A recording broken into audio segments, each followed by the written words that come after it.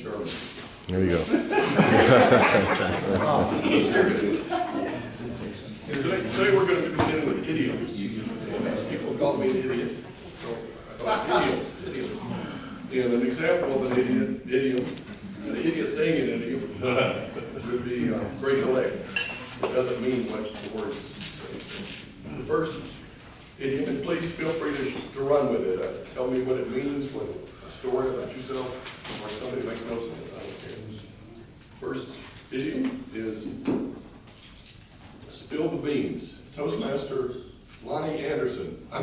Oh. Lonnie Fowler.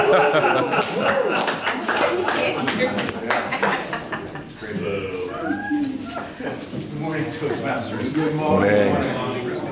Do I look like I'm Lonnie Anderson? Anyone know who that is? Yes. I have a little blonde hair. I'm not a woman. I don't look as good as her either.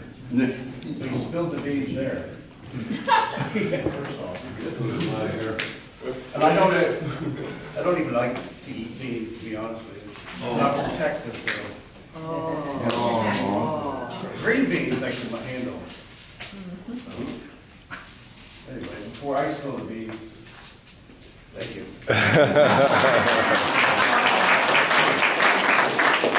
You don't want to be around you when you eat beans, do you? So the cat's out of the bag. Toastmaster Blake Smith. Blake. Finally, an idiom that is germane to our thought process. Not. The cat's out of the bag. You know why the cat's out of the bag? Because Lonnie spilled the beans in the bag. After someone told him to break a leg, he obviously did that. He lost his balance. The beans went into the bag. The cat came out of the bag. Next thing you know, it's feline mayhem. I mean, what are we supposed to do with this? You know what? This is tough for me. I'm a dog guy. I don't like cats. Cats are vile critters that just, they just pee anywhere in the yard, and then they scratch you, and they attack you after you've fed them. I mean, what is up with that? You come home to a dog, and the dog will look at you and say, man, it's so good to see you. I have missed you. I love you. The dogs are fantastic. They play with your children. They protect your house. Cat, they throw hairballs up on the carpet. As far as I'm concerned, you can keep them in a bag.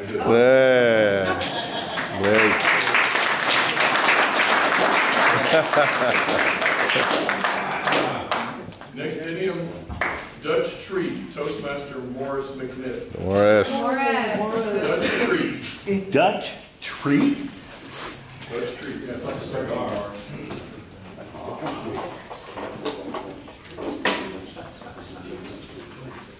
Been a long time since I've done a Dutch treat. Nobody ever wants to buy me a meal. Nobody ever wants to buy me a drink. That's probably because I'm kind of a solitary kind of guy. I don't go out very much, and when I do, it's by myself. Therefore, I treat myself. However, I have a few other people. Not frequently, but from time to time. And when it's germane. Thank you.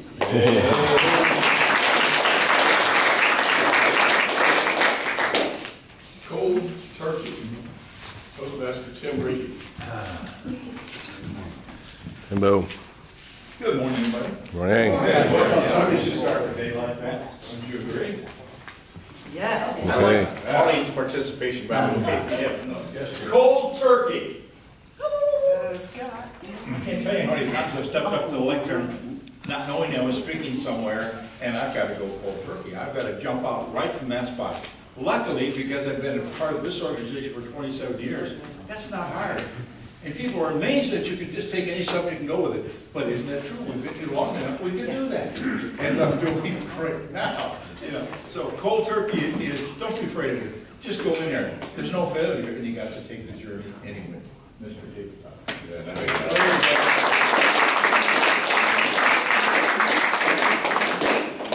is for the birds. Toastmaster Roxanne Norton. Roxanne. Jermaine, how about I love you? I want to respond in a Jermaine way. Good question. It's for the birds. It's for the birds. Yes, it was. I'll tell you the truth, I absolutely love birds, and I have the redneck cranes that come to my, sandhill cranes. Sandhill cranes come to my back door, and I feed them, and they come all the time with them, and kind of change it around a little bit, because I realize that they eat squirrels, so I like squirrels. Chasing this, anyway, besides the point. It's for the birds. I absolutely, like I said, I absolutely love birds. I have an affinity and closeness to birds, especially smaller ones. I've had them build nests in my garage, and anyway, so there's a lot of things that are for the birds that are kind of ridiculous, but I won't get into politics right now. So, but have a wonderful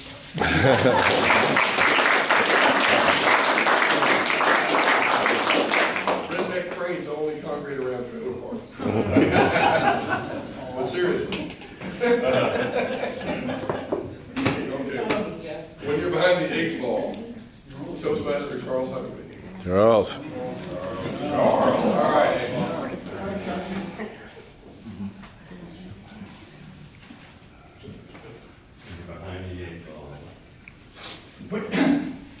When you're behind the 8 ball, I don't know what I'm going to say, but I'm going to say something really idiom. I'm going to keep the idioms flowing. I'm going to say so many idioms up here, you guys are going to be confused like you already are. Because you don't know where this is going, and neither do I. But when you're behind the 8 ball like I am right now, this is a perfect example. It's very germane to this topic. Living, walking, speaking behind the 8 ball. This is me right now. Thank you very much. Did I hit 30 seconds? Yes! Yes. You know, communication is 90% body language.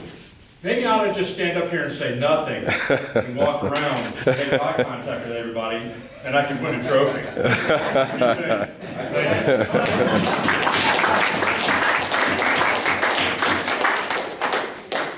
Don't cry over spilled milk.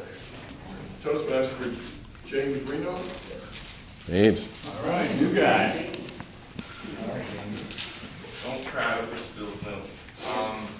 I grew up with my brothers. We're only 13 months apart, and that was something that was thrown around a lot from my mom and dad. We fought a lot, and Nick, my brother, would always give me a hard time about anything that I got away with, and you could say we cried over spilled milk. And that's about as germane of a story as I have for this topic.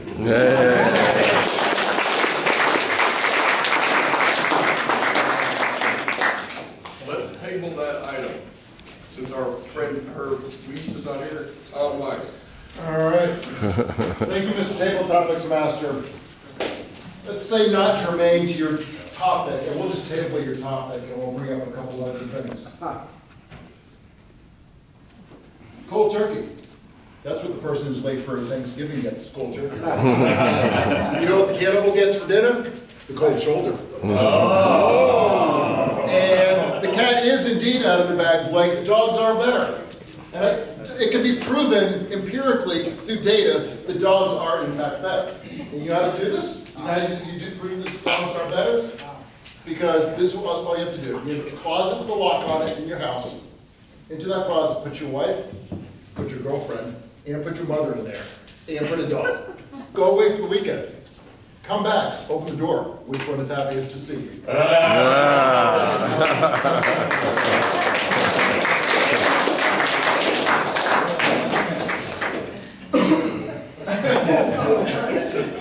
Okay, ballpark estimate. Distinguished Toastmaster, Carmelo Polanco. Carmelo. I hate ballpark estimates. They always get me into trouble. Yeah, I'll give you a ballpark. It's going to be about this much. Hey, and then I go work the numbers. Spitball.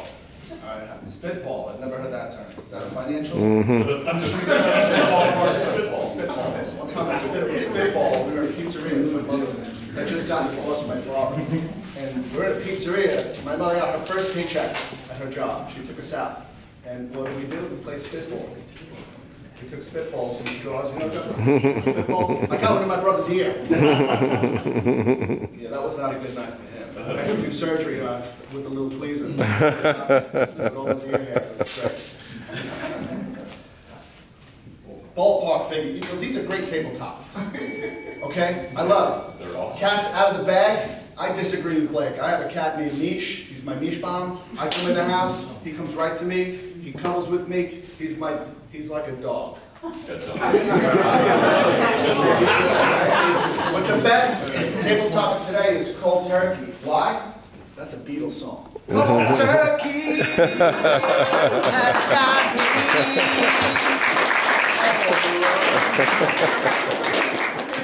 You said that was the best. This is the best. This one has 3 meanings. I believe it. Dog lover. Toastmaster Sean Chuck. The idiom is dog lover? 3 meanings. 3 meetings. I was hoping that would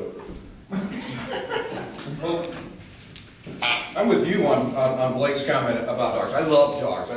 But you must have like a border collie or something, because my dog we call the rock-eating moron. Twice my dog has had to have surgery because she eats rocks. Who eats rocks? What dog eats rocks? Apparently it's a common thing. According to my vet, lots of dogs eat rocks. I have no idea what that's about. But that dog cost more than 2 of my cars.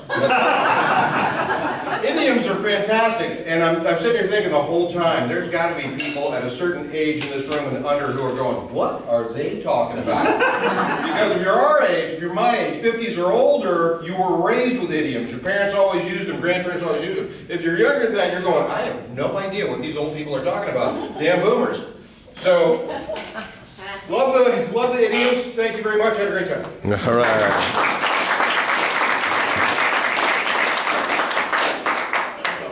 bat out of hell. Toastmaster Linda Miller. So I'm going to take the cat's out of the bag. Jessica Dawson, you over there.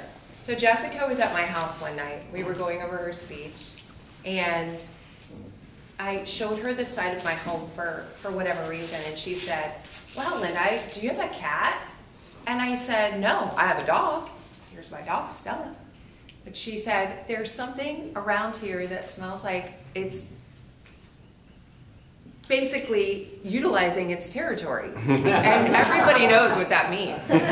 So knowing nothing about cats, I Googled everything, how to get rid of odor on the side of my home and how to get rid of the cat totally. And so nothing came up on that, but I used lavender. I sprinkled lavender all over the side. For some reason, they don't like lavender, especially the lavender concentrated oil. That did help, but I wanted to take that cat and put it in a bag and drop it off somewhere, or get my dog on the side of the house for the cat. My cat's out of the bag.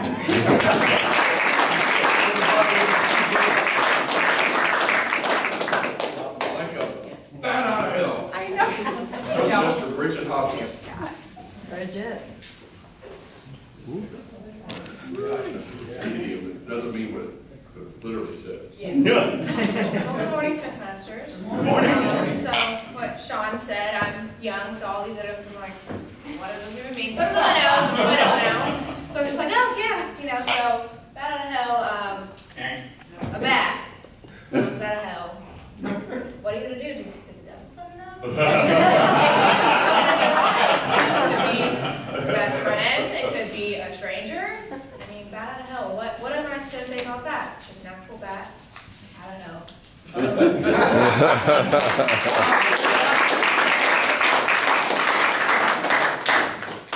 It's not rocket science. Toastmaster Tim Taylor.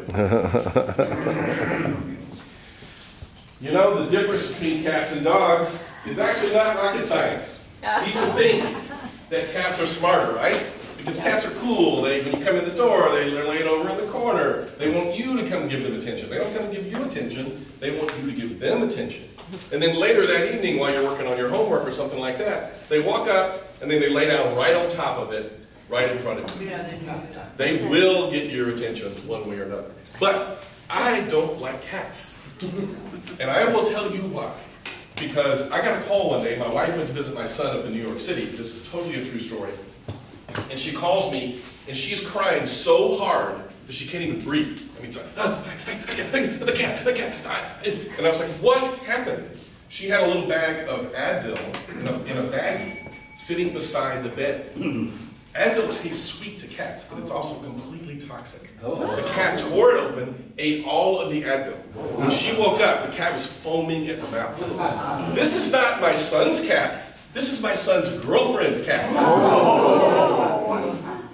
I won't tell you what the bill was from the veterinarian. The cat lived, and now I call the cat 3K, because it cost $3,000.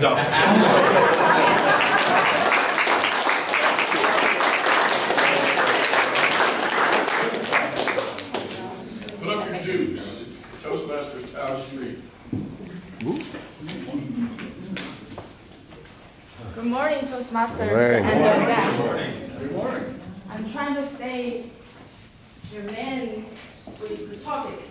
And honestly, so far, the only one I can understand is rocket science. I'm relatively young, and English is my second language. I don't know any of this. I was trying to Google everything. Including when Dan said a dog lover has 3 meanings. I said, dog lover? I'm a cat lover. I used to have a cat. It is true, like my cat, just like dog. When I walk into the room, he's always welcome me. And I go anywhere, he can't leave me, like, always around my neck.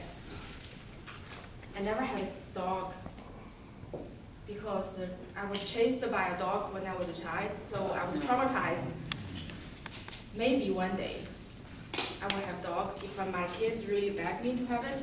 I'm a cat lover.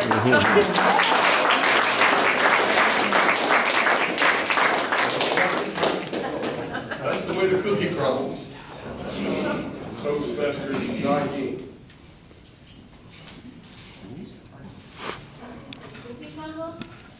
That's the way, sir. That's the way.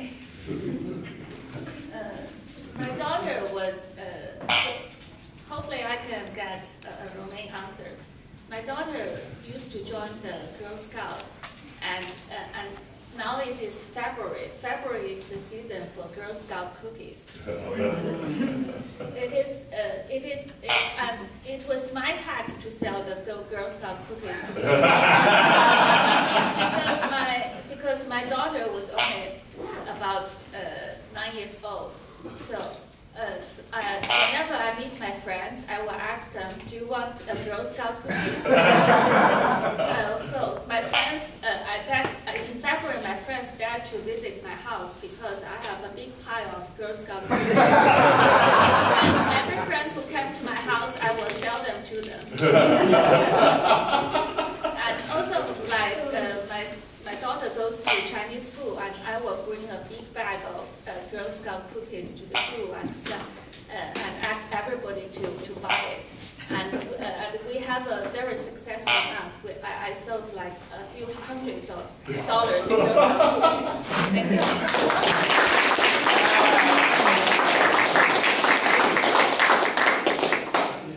Going cold turkey. Toastmaster to respect. On purpose.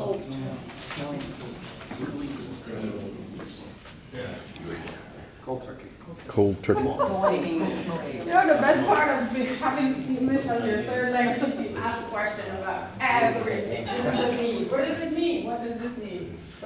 My first time in the United States trying a cold sandwich.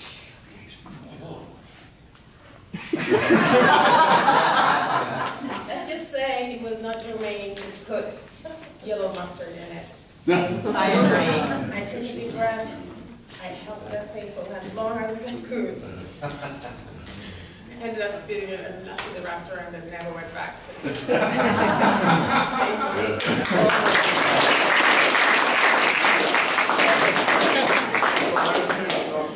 I agree, yellow mustard's not germane to French. That concludes. That concludes table 5, Oh, so, in the top, yeah. Madam Timer. Madam?